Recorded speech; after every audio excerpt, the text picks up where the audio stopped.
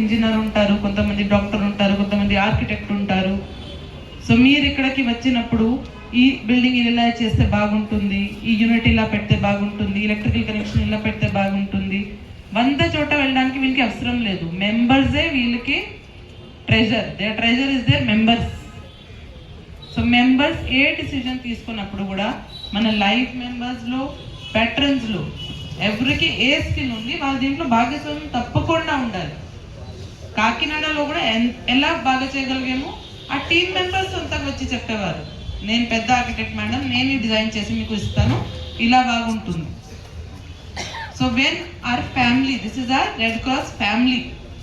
ఈ ఫ్యామిలీలో ఒకరికి ఒకరు తోడుగా ఉండాలి. శేషగిరి గారు చాలా చేస్తారు, చాలా ప్లాన్స్ ఉన్నాయి, కానీ ఇంప్లిమెంట్ చేయడానికి మీ అందరూ సహాయం కావాలి. ఇనాగరేట్ చేసి implementation, maintenance, it's a long term process. Next year మంచి మంచి ప్రోగ్రామ్ శాంక్షన్ అవడమే పెద్ద అచీవ్మెంట్.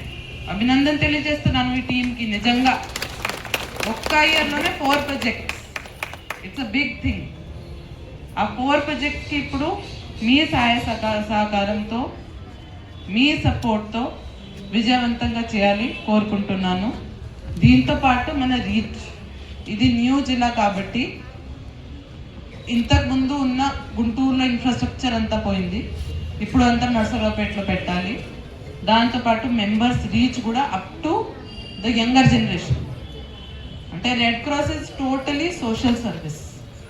ఎలా ఎంత చక్కగా చెప్పారు శేషగిరి గారు, ఎవరికి హెల్ప్ చేస్తే మనకి అంత సాటిస్ఫాక్షన్ ఉంటుంది, ఆ ఆరా ఎలా ఉంటుంది, అది మన పిల్లలకి, యంగర్ జనరేషన్కి కూడా అది అవగాహన కల్పాలి. దానికోసం ప్రతి జూనియర్ కాలేజ్లో, ప్రతి స్కూల్లో, కాలేజెస్లో జూనియర్ క్లబ్స్ ఇప్పుడు ఎక్స్పాండ్ చేస్తున్నాం. వాళ్ళు కూడా దీంతో టీమ్గా ఉండి ఫస్ట్ ఎయిడ్ కావచ్చు, డిజాస్టర్ మేనేజ్మెంట్ కావచ్చు, పేదవాళ్ళకి సహాయం కావచ్చు, ఇవన్నిట్లో పార్టిసిపేట్ చేస్తే ఒక లైఫ్ స్టైల్ వాళ్ళకి, మేనరిజం అలా ఉంటుంది. These habits they will carry up to their own life. కాబట్టి ఈ యంగ్ ఏజ్లోనే వాళ్ళ వరకు కూడా రెడ్ క్రాస్ రీచ్ అవ్వాలి. దానికి కూడా నెక్స్ట్ ఇయర్ ఎక్కువ టార్గెట్ పెట్టడం జరుగుతుంది. వీళ్ళు కూడా